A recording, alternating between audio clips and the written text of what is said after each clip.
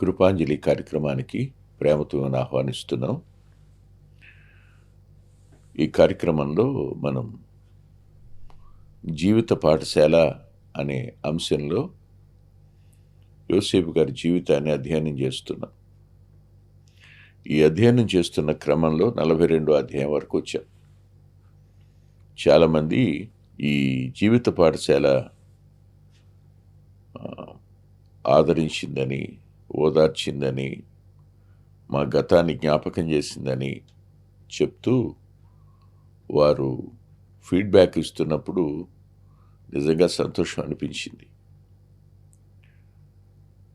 ఈ 42వ అధ్యాయంలో మనం యోసేపు యొక్క అన్నలు తాము విత్తినది కోసుకునేటువంటి టైం ఇది.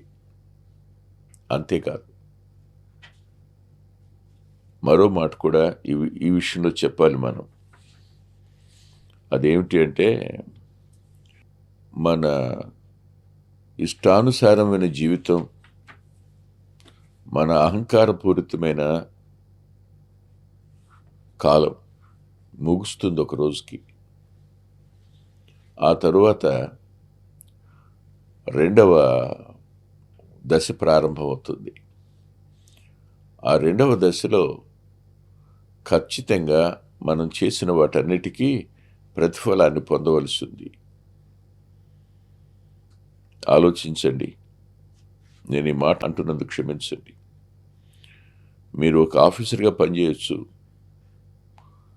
మీరు లా అండ్ ఆర్డర్లో పనిచేసి ఉండొచ్చు, లేదు ఉన్నతమైన అంతస్తులో పనిచేసి ఉండొచ్చు. కానీ కుటుంబం ఎప్పటికీ కుటుంబమే. కుటుంబంతో మీరు ఎలా ఉండాలి అనే దగ్గర మీరు ప్రేమ, ఐక్యత, బాధ్యత, దాతృత్వం ఇవి ఉండాలి. మీరు అక్కడ లాఠీ వాడినట్టు ఇంట్లో లాఠీ వాడకూడదు. మీరు అక్కడ సబార్డినేట్స్ని చివాట్లు కొట్టినట్టు ఇంట్లో చివాట్లు కొట్టకూడదు. మీరు ఇంటికి వచ్చేటప్పటికి ఒక భర్త, ఇంటి దగ్గర మీరు పిల్లలకు తండ్రి. ఇది మర్చిపోయి మీరు ప్రవర్తిస్తే ఒకానొక సమయాన్న మీరు ఖచ్చితంగా తిన్నంత కోసుకుంటారు. ఆ దినాన్న మీరు విత్తారు, ఈ దినాన్న మీరు కోయటం అనేది సహజం, మర్చిపోకండి. అందుకని చాలామంది తమ వ్యక్తిగత జీవితాల్లో రిటైర్ అయిపోయిన తర్వాత, లేదు పడకన పడ్డ తర్వాత భార్య మీద, పిల్లల మీద విపరీతమైన కంప్లైంట్ చేస్తుంటారు. కానీ గుర్తుంచుకోండి, అది మనం చేసిన దానికి మనకు కలుగుతున్న ప్రతిఫలం అంతే. క్షమించండి, ఈ మాటలు నేను అన్నాను, మీకు మీ మనసుకు గాయమై ఉంటుంది, కాదనలేదు. అదే రీతిగా ఒక ఇంటిలో, గృహం లోపల ఒకరితో ఒకరికి ఉండవలసిన సంబంధాలు కూడా ప్రేమపూరితంగా ఉండాలి. అన్నదమ్ముల నడుమ ఏముండాలి చెప్పండి? పెద్దవానికి చిన్నవారి ఎడల పట్టింపు ఉండాలి. తప్పు చేస్తే సరిచేయచ్చు, కానీ అసూయ పెంచుకోకూడదుగా. ఒకరి ఎడల ఒకరికి ఏముండాలి? ప్రేమ ఉండాలి. అది లేకుండా ఒక తండ్రికి పుట్టిన పిల్లల్లోనే మంచి వ్యక్తిని చూసి అసూయ పడడం అనేది రక్త సంబంధానికి తగిందేనా? కాదు కదా. సమాజంతో పోల్చుకుని నా తమ్ముడు సమాజంలో అందరికంటే ఉన్నతంగా ఉంటాను అనుకుంటున్నాడు అనాలి. కానీ అలా ఉండదు. మానవ స్వభావమే అంత, అది పాప స్వభావం కదా.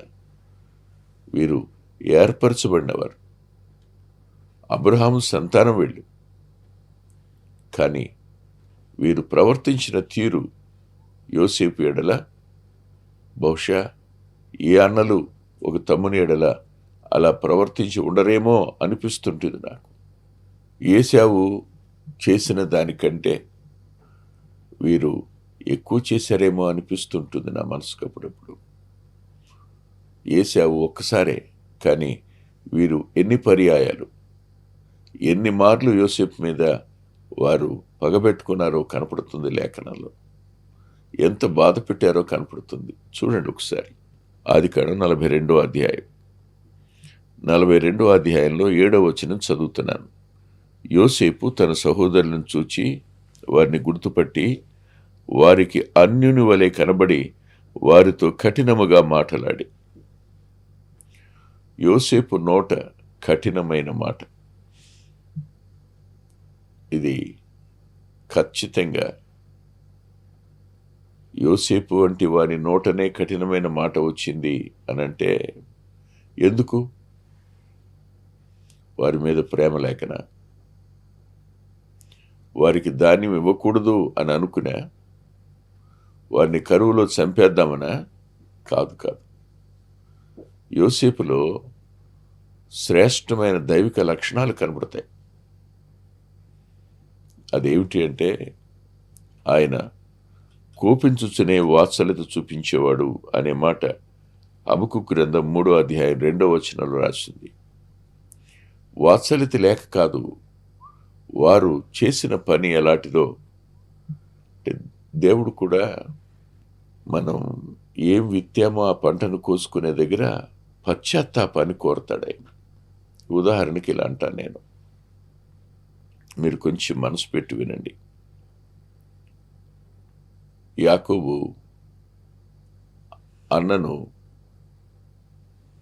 అన్నకు రావలసిన వాటిని, అన్న ఆశీర్వాదాన్ని దొంగిలించాడు, మోసం చేశాడు. అమ్మ మాటలు విని మోసం చేశాడు. మోసగించింది నాన్నను కదా. కానీ ఒక సమయం వచ్చింది, అతడు హారానుకు వచ్చాడు. హారానులో గుడ్డివాడైన తండ్రిని మోసం చేసిన దానికి ఫలితంగా అతని కనులు ఉండి కూడా గుడ్డివాడయ్యాడు. అదేమిటి అంటారా? అవును, ఏ పంట కోసుకున్నాడు? కనులు కనిపించని తండ్రికి చేతులను చూపించాడు, మెడ చూపించారు, వస్త్రం చూపించారు. తండ్రి మోసపోయాడు. కానీ అతడు రాహేలును వివాహం చేసుకోవడానికి ఇష్టపడినవాడు లేయాని వివాహం చేసుకోవడం జరిగింది. అంటే ఆమె జబ్బు కండ్లు కలిగినది అని ఉంది. తాను ఏం విత్తాడో ఆ పంట ఇప్పుడు కోసుకున్నాడు. మర్చిపోకండి మీరు ఒకసారి. 2, అతడు నాన్నకు చేతులు చూపించాడు కదా. కానీ ఆ చేతులను దేవుడు ఎన్ని సంవత్సరాల కాలం ఎండకు, వానకు, చలికి అప్పగించాడు. తప్పదు, విత్తింది కోసుకోవాలి. ఎందుకు ఇదంతా అంటే పశ్చాత్తాపడడం కోసం, అంతేగాని సరదాగా తీసుకోవడం కోసం కాదు. మనం ఎవరిని ఏమి బాధ పెట్టినా తిరిగి ఆ బాధ మన జీవితంలో ఎదురవుతుంది. ఎదురైనప్పుడు మనకు ప్రభు జ్ఞాపకం రావాలి. నేను ఫలానా వారి విషయంలో ఇలా ప్రవర్తించాను కదా, ఫలానా వారిని ఇలా బాధ పెట్టాను కదా, ఈ రీతిగా వారిని దుఃఖపరచడం జరిగింది కదా, అయ్యో ఇవాళ నేను అదే కోసుకుంటున్నాను, నన్ను క్షమించు అని ప్రభు పాదాల మీద పడవలసిన అవసరం ఉంది. రియలైజేషన్ అనేది రావాలి అనంటే ఖచ్చితంగా మనిషి అనేవాడు, ప్రభుని నమ్ముకున్నవాడు, అతడు చాస్టేస్మెంట్ గుండా ప్రయాణం చేయాలి. ఇది యోసేపు అన్నల విషయంలో చాస్టేస్మెంట్ని అతడు అనుసరిస్తున్నాడు అనిపించింది. కఠినంగా మాట్లాడాడు. వీరు మాట్లాడడానికి కూడా ఇష్టపడలేదుగా. నాన్న పంపితే వచ్చి కనపడగానే వారిని పరామర్శించడానికి వస్తే అతని విషయంలో వారెంత కఠినంగా మాట్లాడారు. వారి కఠినత ముందు ఇతని కఠినత ఎందుకు పనికిరాదు. కానీ కఠినంగా మాట్లాడడం దగ్గర మేము ఎవరెవరి వద్ద కఠినంగా మాట్లాడాం, ఎవరిని బాధ పెట్టాం జ్ఞాపకానికి రావాలి కదా.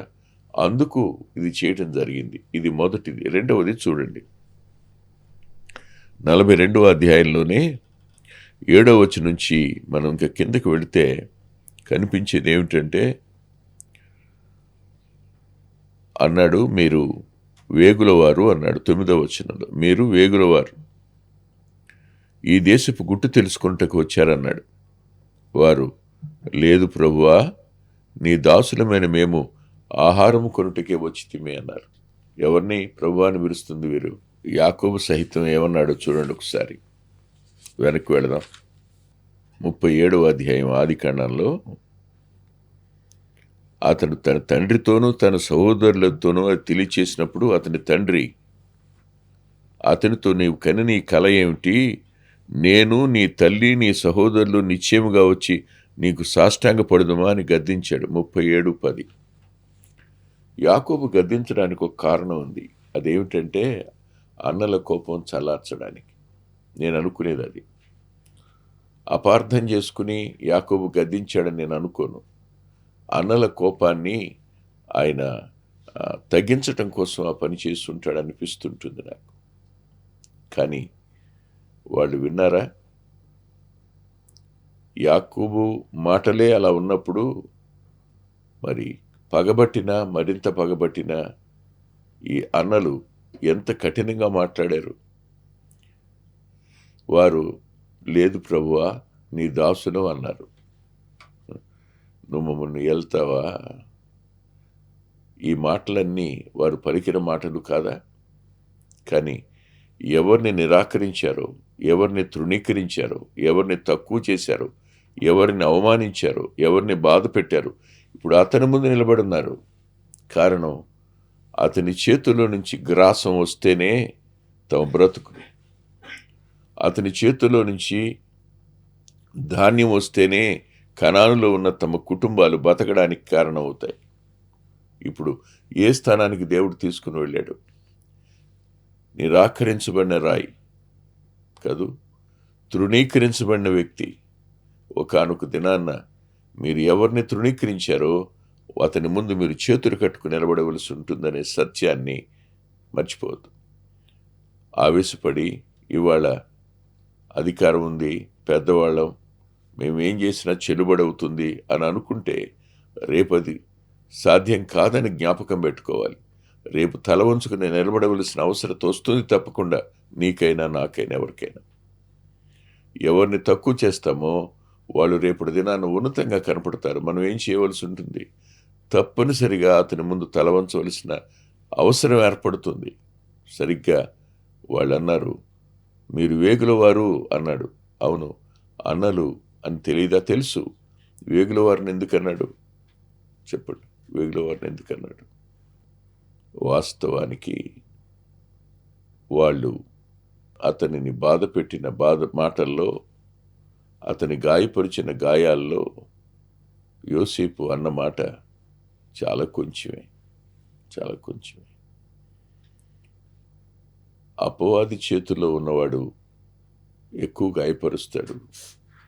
దేవుని చేతుల్లో ఉన్నవాడు తక్కువే గాయం చేస్తాడు. ఈ గాయం వెనుక మేలు కోరి గాయం చేయటం ఉంటుంది. ఆ గాయం వెనుక నష్టపోవాలని, నాశనం కావాలి అనే ఆలోచన ఉంటుంది.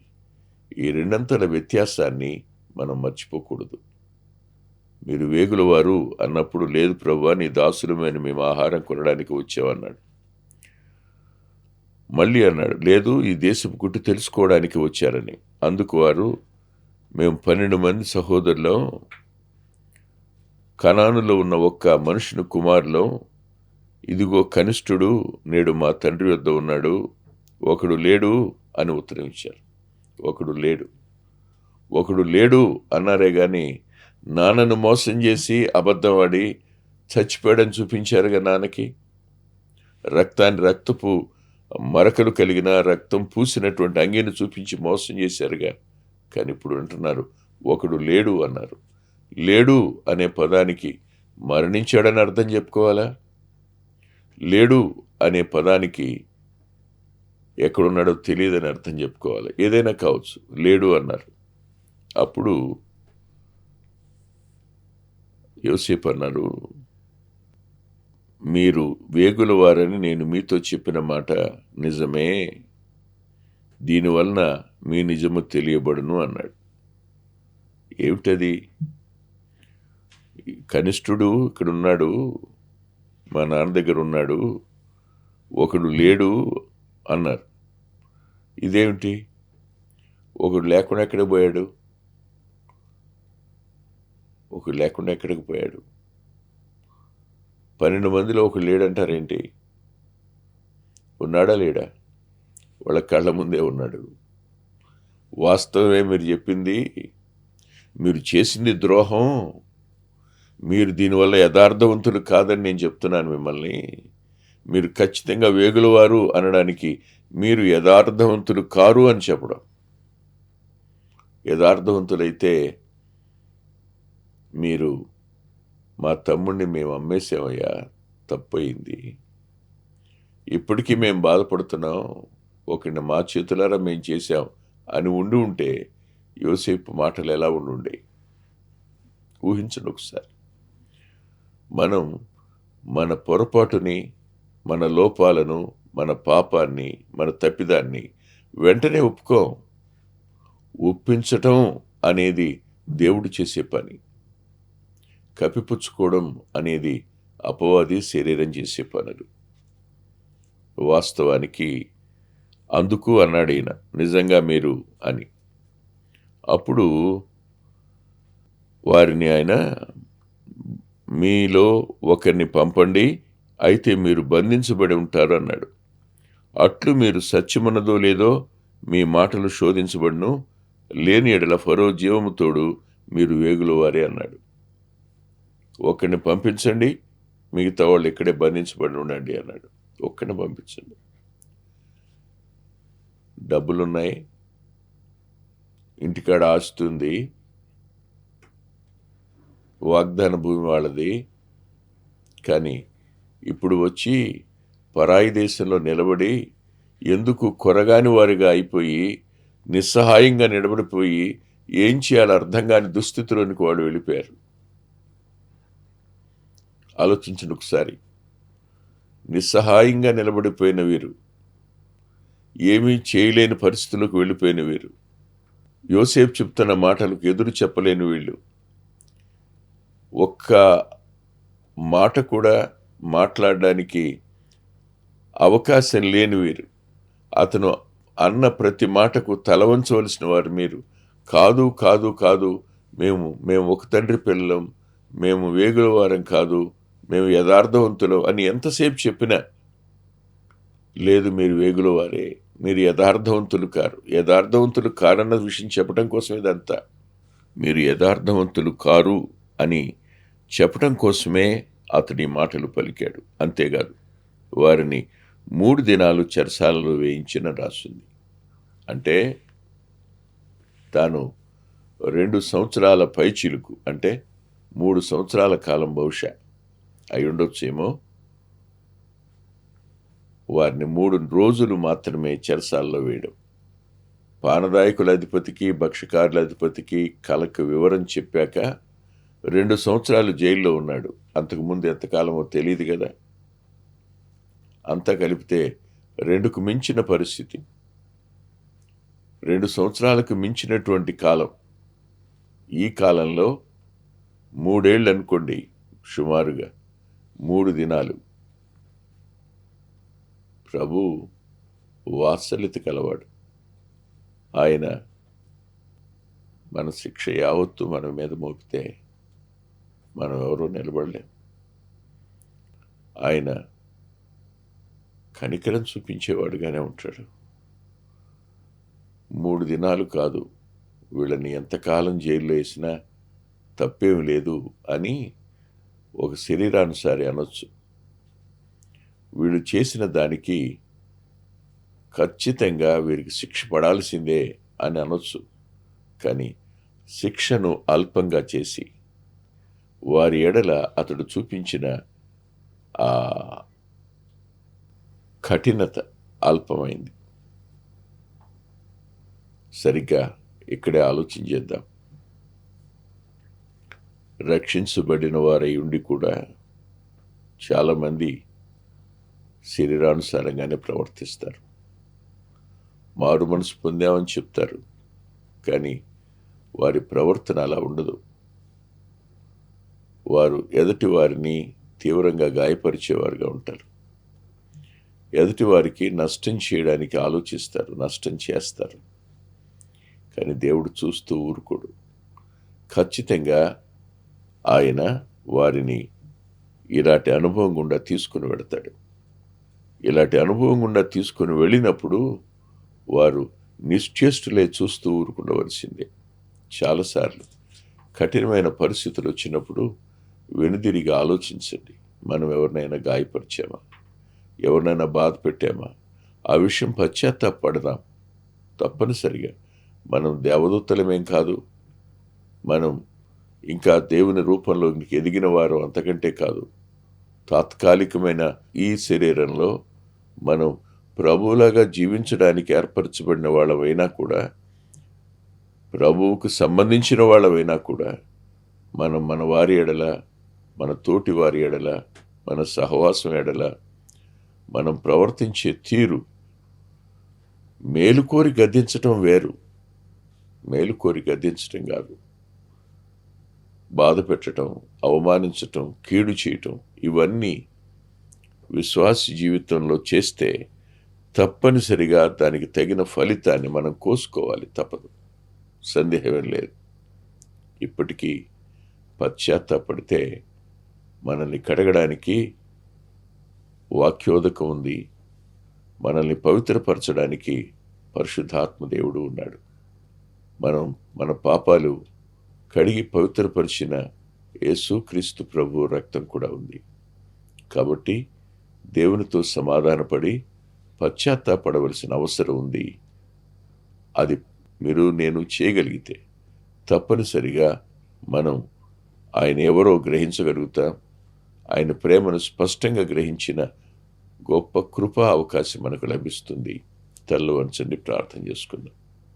ప్రేమగల మా ప్రియ తండ్రి, పరిశుద్ధుడైన దేవా, కొద్ది మాటలు చెప్పడానికి సహాయపడ్డారు, కృతజ్ఞత చెల్లిస్తున్నాం. మా ప్రియుల అంతరంగాల్లో ఓదార్చమని యేసుక్రీస్తు ప్రభు వారి పేరిట ప్రార్థిస్తున్నాం తండ్రి, ఆమేన్. ప్రభు చిత్తమైతే వచ్చే వారం కలుసుకుందాం. అద్భుతమైన పుస్తకాలు అందుబాటులో ఉన్నాయి. అందులో అంత్యోక్ మినిస్ట్రీస్ నుంచి ప్రచురితమైన మీ ఆత్మీయ క్షేమానికి మేలు కలుగు చేసే పుస్తకాలు, మీ ఆత్మలను దేవుని కొరకై ఉజ్జీవింప చేసే పుస్తకాలు, ప్రభువులాగా జీవించడానికి ప్రేరేపించే పుస్తకాలను దైవాత్మ సహాయంతో రాయటం జరిగింది. పిల్లల కొరకై చిత్రీకరించబడిన 5 DVDలు అందుబాటులో ఉన్నాయి. ప్రతి DVD పిల్లలను దేవుని కొరకు ఎంతగానో విశ్వాసాన్ని పెంపొందింపజేసేవిగాను, ఆసక్తిని కలిగించేవిగాను, ఆత్మలో ప్రభువుని హత్తుకునేట్టు చేసేవిగాను ఉన్నాయి. ఈ మధ్యన వెలువడినటువంటి ఆ DVD సాధనం, అది మీ పిల్లలకు ఎంతైనా మేలు చేస్తుంది. ఆ పాటలను మీరు చూస్తున్నారు, వాటన్నిటినీ మీరు పొంది ఆత్మీయంగా మేలు పొందాలని ఒక దైవ సేవకునిగా మీకు మనవి చేస్తున్నాను.